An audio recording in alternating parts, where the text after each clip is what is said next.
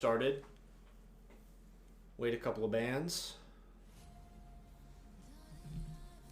Yeah, maybe pick this up. Okay, Ivern. Ivern makes sense, right? We expected the Ivern pick. Yeah, banned away from Whittle. Nobody's shocked by that. Ooh, Gwenhover here. So a little, some respect against Light Show could come through.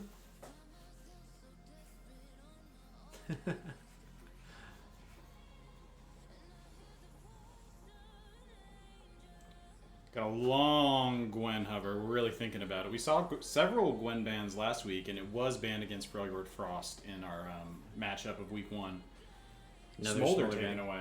You know, there is this perceived... the thing, Light Show is a rookie, right? But there for sure is a perceived champion pool that he has. Yeah, you go check his OpsGG, you do your little bit of research, and you find out, even if they haven't played it on stage, you can make some assumptions on, okay, we should probably take this away. So that's why we haven't seen him play the Gwen. He didn't play it in the Rookie Showcase or on stage yet, but that is why we have seen it banned out here. I believe he mentioned it in his interview. He did. Yep. Yeah. Braum here banned out against Bassoon. That's kind of par for the course. And then a change up here, banning out... the Malphite into TJ. Now, of course, as a champion that we saw, TJ had a lot of success back in Season 2 years ago. And then, obviously, with the off year last year. So, Cho'Gath obviously left open for TJ, who he has seen a lot of success on, is typically his fallback pick immediately after Malphite. Yeah, so we'll... and Maokai, we saw a matchup into Cho'Gath last week, so I wonder if this will be a top Maokai. But we've seen it currently top and support. Jungle has eluded us. Bassoon played last week. I think it would make sense for it to go there as well. It really lines up with the style that they want to play. And it looks like, aside from the Tristana and the Malphite here, I mean, it kind of looks like we might just be getting a little bit of a run back for these teams getting to play their comfort so far with the Sejuani hover. We'll see. Picked last week for Whittle, and we saw last week for Zon play, we saw Cho'Gath, Aurelia, Jhin, and Nautilus. So everything on the table for them, they can pick the same lineup. Reds will open up the Gamba after pick ban has come through while we're loading into game. We still have that 3-minute delay, so no need to worry. Yoni's going to be on Nautilus again. So far, complete comfort. I mean, they're getting what they want. It seems like if that's the team comp that they wanted last week, they could get it again. And they both walked away with a win, so couldn't have been too mad. TQ hovering in Lilia, we know this is a favorite pick of his. Yep, banned out against him last week, forced onto the Rek'Sai, so this could be the first change. But it is so funny that they're playing the same comps they did last week. Lilia is a devastating combo with the Maokai's Twisted Advance. For sure, a lot of CC that the Lilia can follow up on after that Maokai engage. So nice kind of secondary engage, right? With all that, layered nothing to take control away from Sejuani and Nautilus' ability to get your team in there, though. Yeah, single target, right, on the side of Zon so far. Which, honestly, single target pick comps is a great way to play as a beginning team as well. It's very straightforward. Whoever Nautilus hits with a hook, that's the guy you kill. I mean, it's either Depth Charge or Glacial Prison. They'll both get you in there. For sure. Cassante selected here for Light Show. I think this is a fantastic pick for Light Show. He looked great on it in the Rookie Showcase. I'm really interested in how he looks here in this matchup. It's a tank versus tank matchup that he can win and kill TJ on. Yeah. And, you know, the thing is, you hide too far under tower against Cassante, he'll just ult you through a wall and then take you out of the tower range, you know? So potentially, he's on blue side, so he'd have to... Yeah, there is room for him to take him out into the red jungle. But it's going to be easy for him to get back to the lane as long as he's a tank. And typically we see... I would actually say exclusively we see TJ pick tanks in the top lane. Jarvan and Garen, but those are the far he plays them few as tanks. between, for sure. Samira selected here for Inferno. So Nautilus Samira, that's a solid lane. The Sejuani we've seen. I'm liking how things are stacking up so far, but both of these teams have gone for very beefy compositions. And who Samira may have an issue even dealing with, because Samira really needs to find those resets, wants to burn people down. You can do a ton of damage, but gonna be hoping for some squishy bot laners from Bassoon and Carly. You know, I don't mind Samira into Maokai though. Once that Nature's Grasp is coming through, the Samira should be able to just wind wall or shield, whatever that's called. The Nature's Grasp ulti for sure. Yeah. Yeah. I don't know. Bramble Smash is still a nice way to be able to deal with Samira. The Twist Advanced Bramble Smash is always going to be the bread and butter, right? But we'll see. It's Inferno's favorite pick, and Jhin is available, so picking Samira over Jin. Yeah, I think wanting to have some more team fight ability. Jin is great at setup, but when you already have Sejuani and Nautilus on your team, you don't need a lot more setup. So having that kind of execution finish is nice. We saw some desyncs between Ace and the rest of his team with the curtain calls last time, and early on hitting level 5 and trying to fight at the dragon from the tri-rush was just not able to follow up. Yeah. So maybe just going for the Samira, trying a different angle on it. Anivia here for Lowell. I like this pick. I like the bird, the cryo bird. The bird's been coming back, having a lot of success, and this is a classic pick for Lowell that he really moved away from for a while, and we've seen him pick back up a bit in this new season. Yeah, absolutely, and I think it's coming. Part of that's because it's coming to a better spot, right? Yeah. Zai selected here. He's also learned how to manage mana a little more. For sure. Zai selected here for Carly. We knew he was going to be on something new with the Tristana picked up, but with Caitlyn also banned out, forced here onto the Zaya, and we're starting to look a little bit more scaling with Cassante and Zaya. We'll see how they round out the composition with their mid laner here.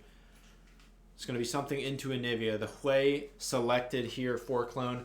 Went back in Season 2 when he played mid for Gets on Base. He was pretty much known as a Hui one-trick. Yeah. So, yeah. Definitely going to be comfortable on that. And playing into Anivia, going to have plenty of agency in the early game. Yeah, absolutely. So, all right, we've got one final pick here, and it's going to be for TJ. What does TJ pick? Into Cassante. Unless we really switch things up, and this could be a Sedge top, Warwick jungle, Warwick top, Sedge jungle. Either way, gonna see. This is a Warwick top for TJ. This will be his stage first. Yeah, absolutely. So, and I think Warwick has a fine time into Cassante. So, obviously needs to not take too many Q damage. Every Cassante matchup is somewhat of a skill matchup because of the way that champion works. Here, you can put your mouse over here, and we're good to go. Yeah, great. Okay, so level 1s are a thing of the past, non-existent. So we're pretty much straight into the lane phase again. Whittle guy not buying the potion, but Yoni not buying the potion is actually very impactful. That's crazy. That's a miss for sure. He forgot to buy, and they gave him that item by default. Yep, for sure. So we've got our first missed item purchase of the season. Yeah, you're shout out to the Crimson Yoni. You're just happy to get out of the bus on that one or whatever. I won that lane. All right, so let's see how these lanes stack out. We don't really know too much about how this top lane is going to work, but it looks like Light Show happy to trade here. TJ happy to oblige as well, so they're both going to see it out. Yoni with a nice early hook, but it lands onto the tank, and I think they more or less evenly trade.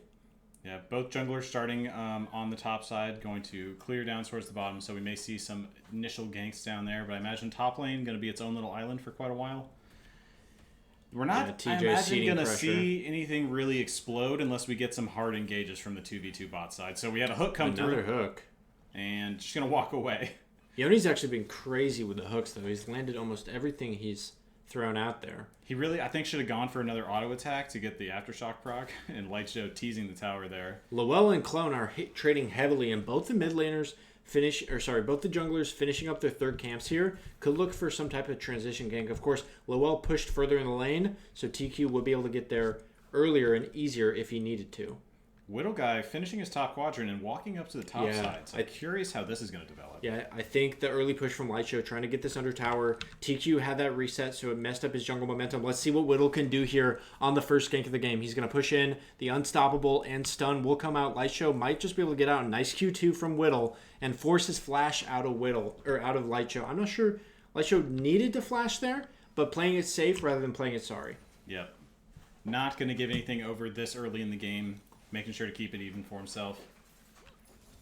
All right, so TQ is going to end up ahead in momentum on the farm, but Whittle trying to get his laner a bit of a lead there. Nice hook there. Twist advance in from Bassoon. It looks like Ignite is going to go down onto Yoni. Flash out from Yoni, and Carly just unable to pick up the final kill there.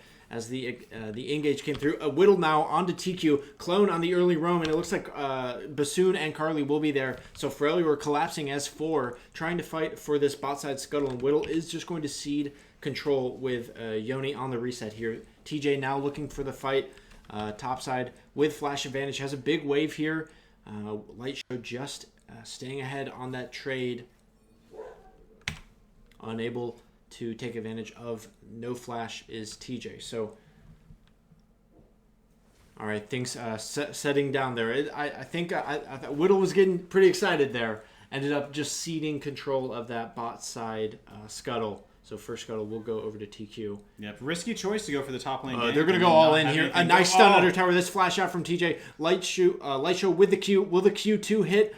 No flash, so we can't actually finish him off. And TJ gets away with it. I think chooses to pull back because a little more cooldown, and TJ could have turned that around with the mana. Yeah, absolutely. Oh, and he was tanking. TJ staying up here. This is a greedy stay, and TQ is on the way up. There is teleport for Light Show, so TJ needs to get this shoved in, and then Arctic Assault out of there. It does look like TQ's just going to stay in his jungle, so not punished there.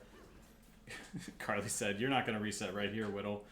And Whittle managing to recover off that first quadrant, but we're going to continue to see him slightly behind on the overall farm speed after that failed gank in the top side. Yeah, this is, he's already restarted his top side clear. TQ has. He's going to take the second scuttle of the game. He's going to be significantly ahead.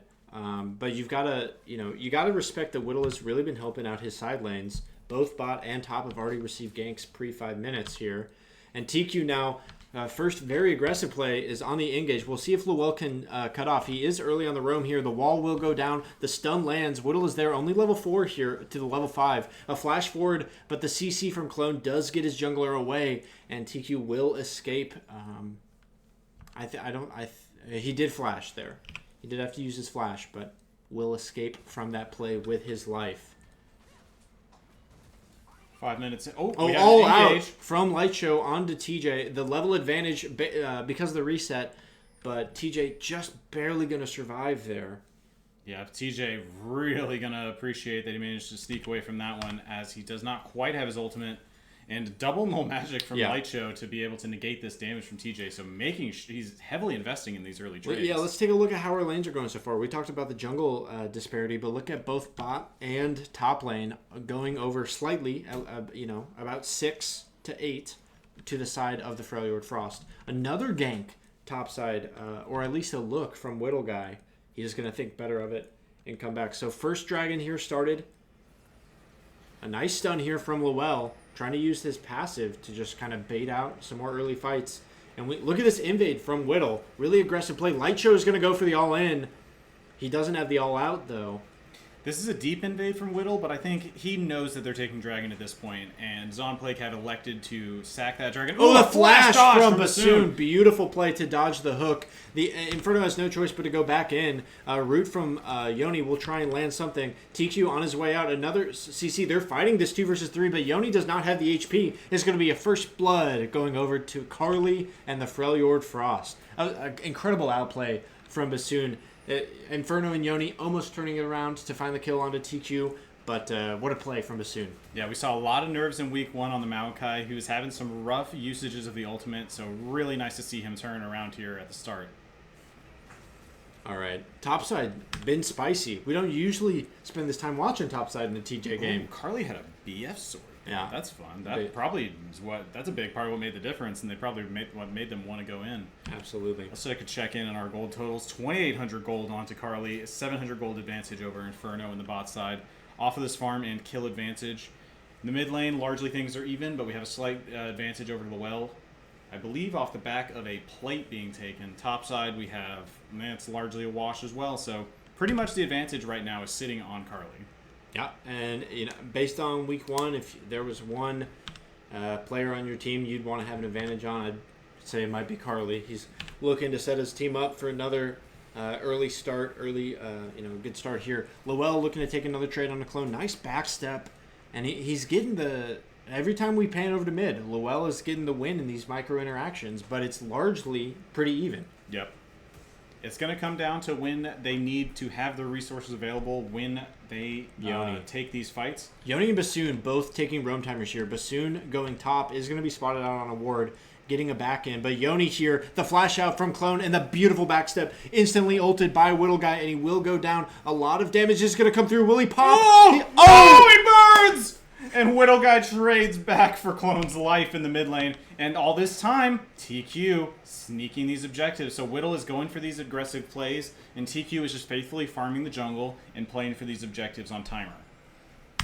Yeah, I mean, great play from Clone. If Clone doesn't get that counter kill, it's a wash. I would say it's pretty decent for Plague to get the push into mid and get all that. But with the counter kill, easily big swing for the Freljord Frost. And I'm not saying I don't like the attempt, because I like that they're putting the pressure on. They're trying to blow those summoner spells and make it count, get those advantages for the lanes. And especially Warwick ultimates, you really want to start throwing them out, get it on cooldown. As I talk about that, we've been all out in the top lane. TJ taking a heavy damage. One more and Tofo Strike should do it, but he's not going to get away. He had flash. Light Show says I'm going to get him next time. Okay, Twist Advance now down onto Crimson Yoni. Death Charge is going to come out. Nature's Grasp will lock up both. The flash forward lands the auto. A beautiful cleanse from Carly. CC'd for less than half a second there. They are going to finish off Yoni here. And Inferno has no choice but to go all in. Hits the S rank. He needs to get a bit more damage down onto Carly. Carly almost Whittle Guy out of left field! Whittle shows up just in time. TQ here for Inferno. Inferno trying to trade out, actually getting a good bit of health, does land this counter kill, so it's a 2-for-1 so far, as Whittle has made the difference for the Plague, and Inferno with a nice survivability play there. Really able to stay alive. I think the Vamp Scepter genuinely kept him alive in that fight. Dude, it was clutch. And then Whittle Guy like a rocket down to the bot lane. He's Warwick, and he was feeling the bloodthirst. TQ gets there as well, but Whittle Guy just turns the fight around. Got there at the right time. Yeah, it's a huge... It's not just being there, but it's being there at the right time. That's for right. These junglers. So Whittle onto another roam, looking mid here. The wall coming down, another ult, but he is under tower again. This time, Clone unable to get the Unending Despair latched onto Whittle Guy, and he will survive that time. So Clone punished again mid after a second ult from Whittle, and I believe this is the Zon Plague's first lead in the match, and Whittle really had a somewhat pedantic early game with these ganks that were just kind of defensive ganks. Now 3-1 on the Warwick. Yeah, looking for those aggressive plays and now able to find them and really trying to build towards his first item and keep these ultimates rolling through. All right, TJ in survival mode here, about to be down 30 CS in this matchup. Light Show handily proving his rookie prowess here. Taking it to the veteran, the champion, TJ in the top lane. Yeah, we mentioned this Cassante pick makes a lot of sense. Oh, dude, I'm looking at all of this vision in the bot river. We just saw all these blue wards just drop, but these 4 red wards in the bottom river. Absolutely, and Dragon has just respawned, and this could be the first really large-scale battle here for these teams, as it looks like Freljord is going to be wanting to set it up first. Whittle doesn't have a ton of vision, and it's a solo bolo in the top side as Light Show takes advantage of the matchup, and TJ goes down. That's 20 seconds now. Light Show does have the teleport, and so Zon might call this out. The hook in, though, they're going for it. The sleep comes through. Depth charge now onto Carly. A beautiful feather root is going to land onto 2, and instantly Yoni and Whittle both go down. Inferno in onto the fight, but TQ spacing it beautifully. Luel fighting with Clone on the side. Won't be able to do anything. It's 3 already for the Frost, and they sweep through the fight. Oh, and it's a big play. Luel still trying to pressure this dragon. He's looking for a kill. Finds Bassoon. TQ looking for the run out. Wall is already down, so he should be able to find the escape. Clone the fear to try to push away any pressure. And Luel has no fear. Has got the egg available, has flash, and really is just the last man standing. But in the end, Freljord Frost take the dragon and walk away. Absolutely. Level 10 on the Anivia. He's got the Rod of Ages. Oh, but Whittle's got the ultimate, and he's got the Bloodthirst. He's charging for it. He gets the immune. He dodges the fear, and he just hunts Clone down. I can hear that little man screaming right now. That was incredible. And Whittle Guy, he's not done yet. Okay, he's Bassoon going for the is walls, and Bassoon is here. No, I like this play from Bassoon. You can't let that happen. But Whittle with a beautiful flash. Can he get out? Yeah, TJ's here, and Whittle Guy looked like he might have been thinking about going Luel is here, level 10, very strong here. Only a level 8 jungler. TJ needs to find somebody with a Glacial Prison here. And it's on cooldown from their fight top. So they force TQ out of their own jungle. They own this side of the jungle. Teleport in from Clone. Will they re-engage? What's happening with Light Show? He's just holding the freeze in the top side. And so he really prioritized the freeze over the blue buff. So sorry, TQ. Your top laner loves his wave more than you. I mean, look at our farm differential, though, in the top lane. It's big It is now. big. Lightshow doing a great job to K-neck make sure that he Kern dominates out of lane. Yeah, K-neck is interesting. And we have a locket as well from Bassoon. So I like this from Maokai, really leaning into that strong team fight setup. We have TQ clearing out Krugs in the bot side. There is some vision available, but I wonder if we'll see a gank follow up while he's down there. I feel bad we missed Lightshow's solo bolo, so we'll have to make sure we get extra hype for the next one. Yeah, we will get extra hype, but I can tell you it probably looked like a lot of pressing Q. Right. As Clone is under pressure, Clone could be in trouble. Wandering out of the jungle. I like the hover, just but waves to say hello. Without the ultimate, there's really no threat there, right? No, you got to find something to set it up. All right, Lowell looking here, and Bassoon is going to be on the roam up to try and protect. That's Nature's Grass coming out.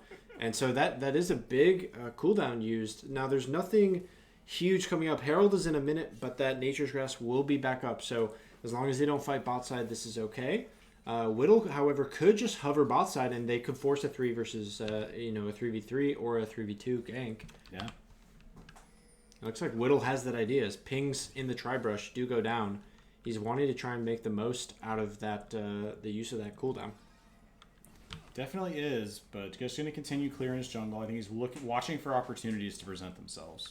4-2 here on the Warwick. His first Warwick game we've ever gotten to cast in the LCC. Having a good game. Carly, of course, 4-1, looking formidable. The Utentals, of course, another BF on the way. And this is what we mentioned, a flash forward. The hook will miss from Yoni. Depth charge now out onto Carly. Does land a secondary. Here's the ultimate coming out. The interruption, but look at that turret damage. So much damage coming out under tower. They do escape. Bassoon never really at too much risk. Had plenty of health to get away. And Ignite just low on damage. Came back up for Bassoon. Yeah. Because that would have done it. So just the right opening for Whittle Guy to get in there, provide some pressure, and then get out. But unfortunately, not able to pick up a kill for his trouble. Finds a Bork on the reset, so potentially should have went back and bought that item before going for it. But Light Show in the top side, looking for TJ, not going to find it. And Whittle Guy is here. He's there. Already. He's everywhere. Back in the top side, wants to fight. He does not have his ultimate available. This Kingdom Current is going to stop a lot of damage. You can see it intercept the Q. And there is a lot he's going to go out, though. Presence. This is a huge play for Lightshow. He could totally turn this around. He's going to go in onto Whittle. A lot of healing coming out from Whittle, but one kill picked up already. Clone with a nice roam is going to beat Lowell. Lowell reset and went bot side, so he's not here. Clone with a beautiful play there to help his team secure the kill. And the Frost send 4 top to protect their valuable top laner. Lightshow turns it around and says, I've got my team in the top side. We're playing strong side. I do not need to be afraid of you. And he goes around with his Intofos and comes out on top. Looking to potentially take this tower down as Yoni watches it happen. TQ defending mid.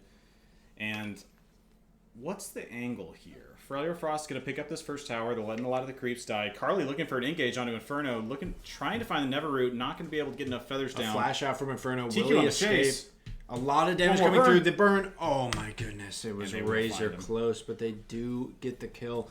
And Inferno slowed there for a lot of that fight. He died with cleanse up. I wonder if he could have cleansed it. Yeah, I gotta wonder. Definitely gotta wonder. But a nice find. Either way, a nice find for Carly and TQ. Gets TQ on the board with a kill. Carly now 4-1-2. And Herald is going to go mid. So towers starting to get cracked all around the map. Falling down everywhere. Freljord Frost find one top, then they find one mid. There's one plate on the mid tower for the Frost themselves and 2 plates on the bot tower. So some poised to fall as we move over to the third dragon of the match. 2 already over to Freljord Frost. And already Zon Plague are on the back foot trying to get over here as this dragon drops 3,000 HP.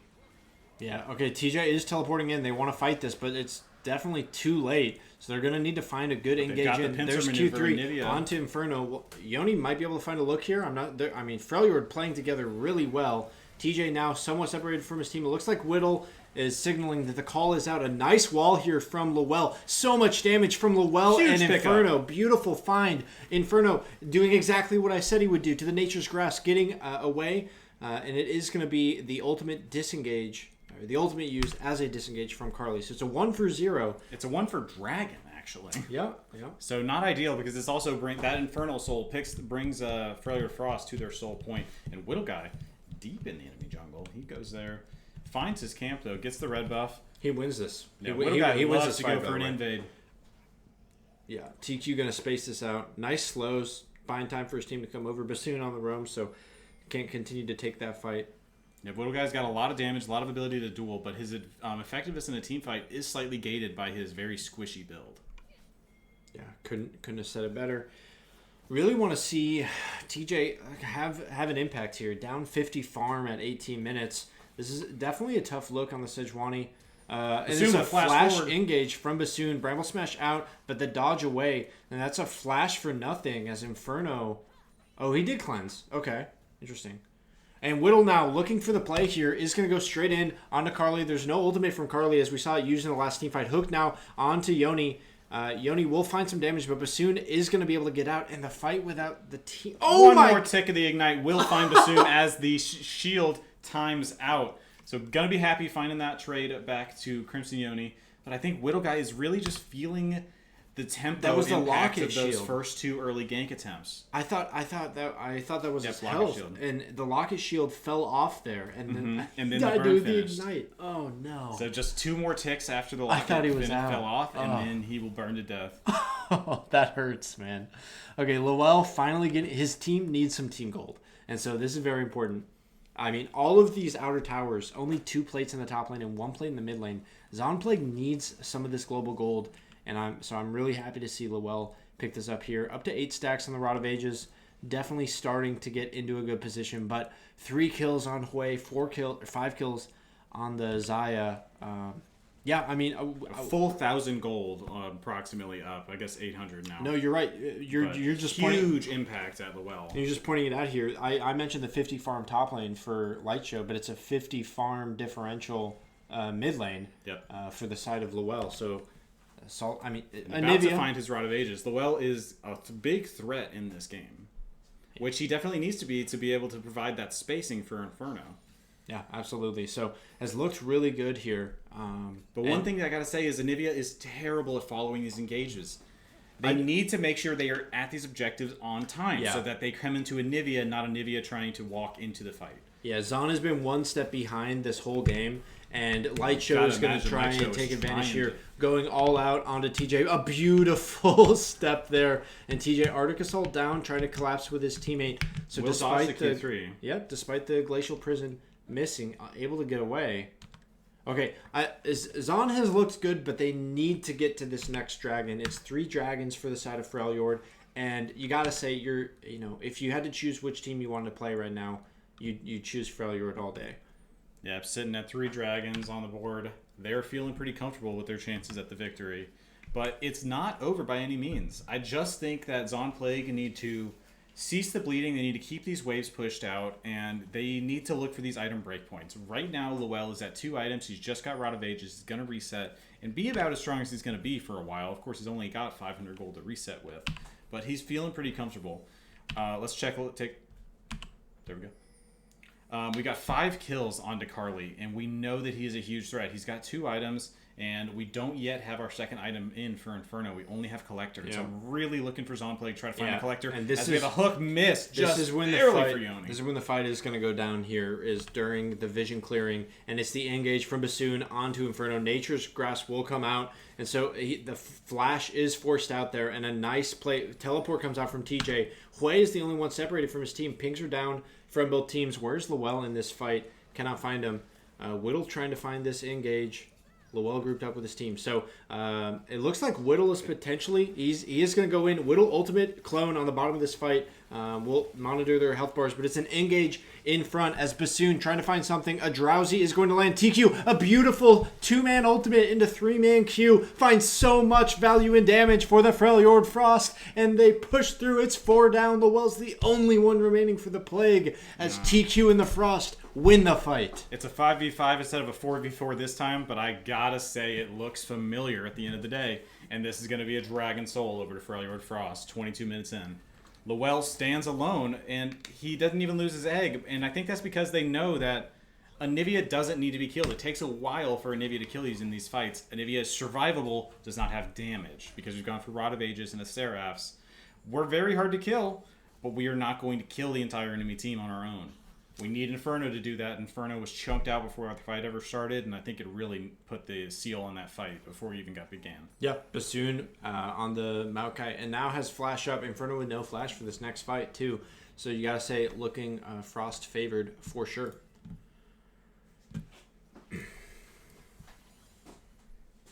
All right, these teams setting up here. Baron is going to be on the docket. We'll have to see. Really, if they feel a need to, 3 items here for Carly. 2-0 and 2. I mean, look at these scorelines for the Frost. Having some great games. I think Frost's got to be feeling pretty happy with this one. And Zonplague not having the standout smash that they had in week 1. Yeah, Yoni and Inferno look like they haven't quite been on the same page. A couple hooks onto the wrong target. A flash forward from Yoni. Carly could be flash out.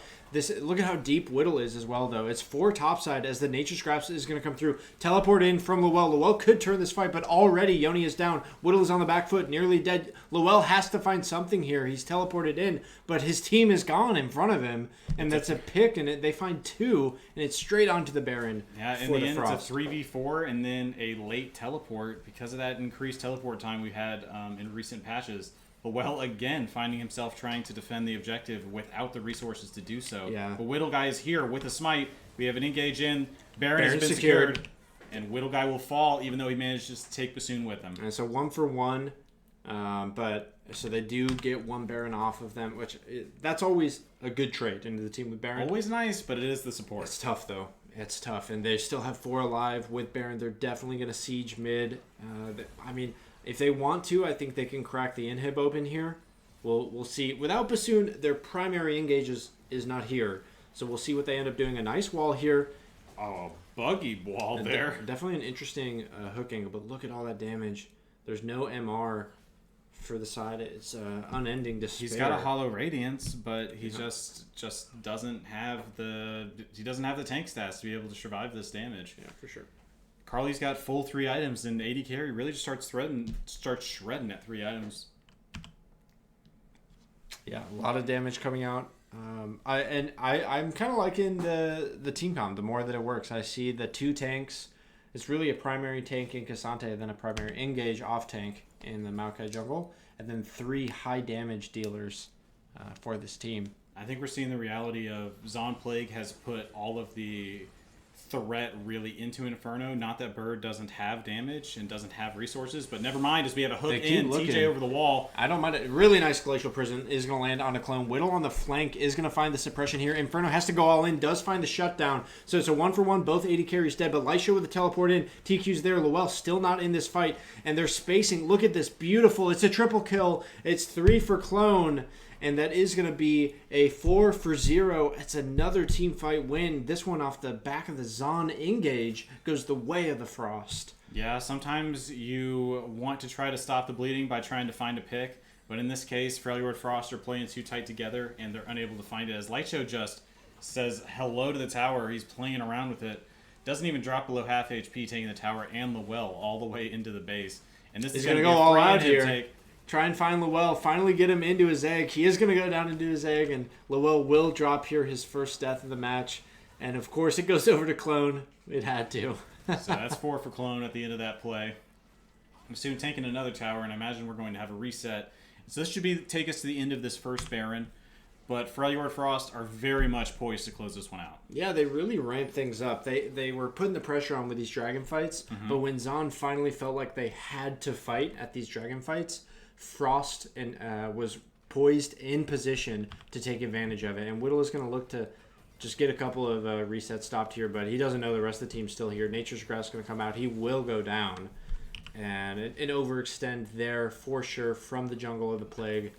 And this one's going to get wrapped up pretty shortly here, Jason. 27 minutes in, the Frost have executed beautifully in this game. They've really taken their early lead and run with it. And I think Zonplague are going to be a bit frustrated with this one. But I would say for them, I think it is kind of down to as part of this team comp. And I would take a second pass at it for next time. And I think we are also seeing some of Whittle looking for that opportunity top. And I don't hate your attempt at the early gank, but Warwick just really isn't very good at an early gank. They blow the flash from Lightso on the top side, but aren't able to capitalize any further than that. And in the end, I think Whittle Guy may have found that he was better off going for the fast clear, but sometimes you try for the gank and it doesn't work out. Yeah, it's tough. It's tough, man. It is very tough. I wonder if Yeah, I don't know. We'll have to see. I don't think the Warwick has been like a huge problem, but definitely now at this point, it's really hard to find ways in. We've seen it be very close several times. We have a teleport coming in here from the well. He's looking for these angles, but the flash from Bassoon does find him out. He is on a ward there, and damage from the rest of Frost is going to come through, trying to ulti just to get his team out. Samira, or that was Sejuani going in and instantly out. Samira on the back of this fight won't show up in time, and it's 3 down already as the Frost win another one. And you can see Zon is just they're trying to find these angles. They're just having a hard time, and it's I think pretty they tough know when it's you're down do or die 10K. here because we have the Elder Dragon up. They know that it's either win this fight or the game is over because they're not going to be able to win the fight when the Elder Dragon is taken. For sure. And so I think we go for the last fight attempt, and it's just not going to work out for them. And we may see Zon play take a different angle to their draft slightly next time, but I mean, that takes us to the end of week 1. Frost, the first 2-0 team on the board here. TQ looking very comfortable in this Lilia, 5-0 and 12. I guess I am speaking too early because they're taking a lot of turret damage.